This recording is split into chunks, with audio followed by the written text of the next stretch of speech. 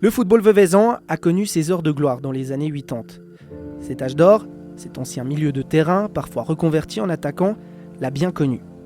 Champion de Ligue B et promu dans l'élite en 1981 avec le Vevey Sport, il mènera toujours sa carrière de joueur de front avec son métier d'enseignant, même lorsqu'il s'engagera avec le FC Sion où il remportera la Coupe de Suisse en 1986.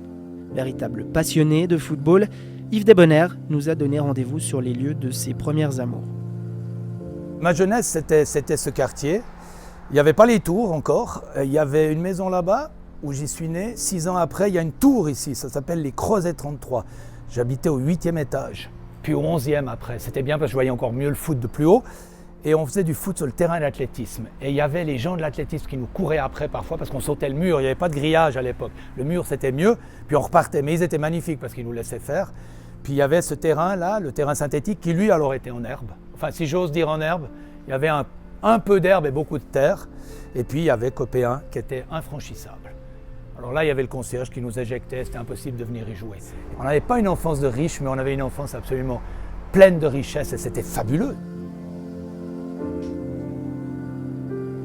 En 2019, qu'est-ce que vous devenez, Yves Desbonheurs ? Alors bon, j'ai enseigné 20 ans à peu près, et ça fait 20 ans à peu près, enfin un petit peu plus, que je suis engagé à l'Association suisse de football. Et depuis 20 ans, j'ai les sélections nationales, mais je reste fidèle à en fait, ma vision, c'est-à-dire que j'ai les 15, 16 ou 17. On fait toujours normalement 15, 16, 17. J'essaye de rester sur ces classes d'âge qui sont celles qui me correspondent le plus. Donc c'est plus le joueur qui m'intéresse dans sa progression que simplement l'équipe. Pour moi, il ne devrait pas y avoir d'obligation de résultat, il devrait y avoir une obligation de formation. Et la formation elle-même donnera quelque chose après. Puis je me bats encore, comme j'ai dit à ma femme, tant que je me bats, ça va. Quand je ne me battrai plus, tu me diras d'arrêter. Vous avez connu les grandes années du Vevey Sport. Vous en aviez conscience de vivre un moment particulier de l'histoire du club ?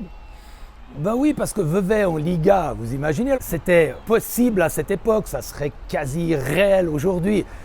Et malgré tout, que c'était le moment, à l'instant T, on se rendait quand même compte de vivre quelque chose parce que ça n'avait jamais été le cas. Il y avait une année dans 75-76, je crois, où Vevey avait joué en Liga mais avait été relégué. Puis ensuite, il y avait une longue période et tout à coup, il y avait 80-81 avec la promotion en Liga.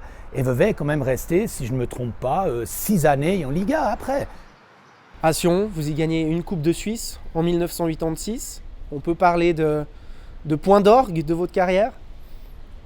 Non, d'excellents souvenirs. La promotion avec Vevey était un souvenir merveilleux. La victoire avec Sion était un souvenir merveilleux. Mais au-delà du match, c'est l'accueil des supporters valaisans quand vous rentrez en Valais. Les gens étaient là, le bus sortait à Saint-Maurice, il faisait Saint-Maurice jusqu'à Sion sur les petites routes. Les gens étaient aux fenêtres avec des drapeaux valaisans. Vous arriviez à Sion, vous montiez depuis la gare sur un de ces bus ouverts. Il y avait les gens, ça s'ouvrait, ça se refermait derrière le bus. Il y avait je ne sais pas combien de milliers de personnes sur la Planta. Et je pense que gagner la coupe, il faut la gagner avec Sion, quoi. À l'époque, en tout cas, aujourd'hui, je ne sais plus, tout a changé. Mais à l'époque, il fallait la gagner avec Sion. Le football comme jeu, quand est-ce que ça devient plus que ça ? Jamais. Jamais, parce que le football, c'est un jeu. Le football, ça doit rester un jeu, ça doit rester cet espace-là où les 22 joueurs qui ont la chance de commencer le match peuvent créer, peuvent inventer. Et c'est pour ça qu'il faut, par exemple avec les jeunes, ne pas les formater, ne pas les bloquer.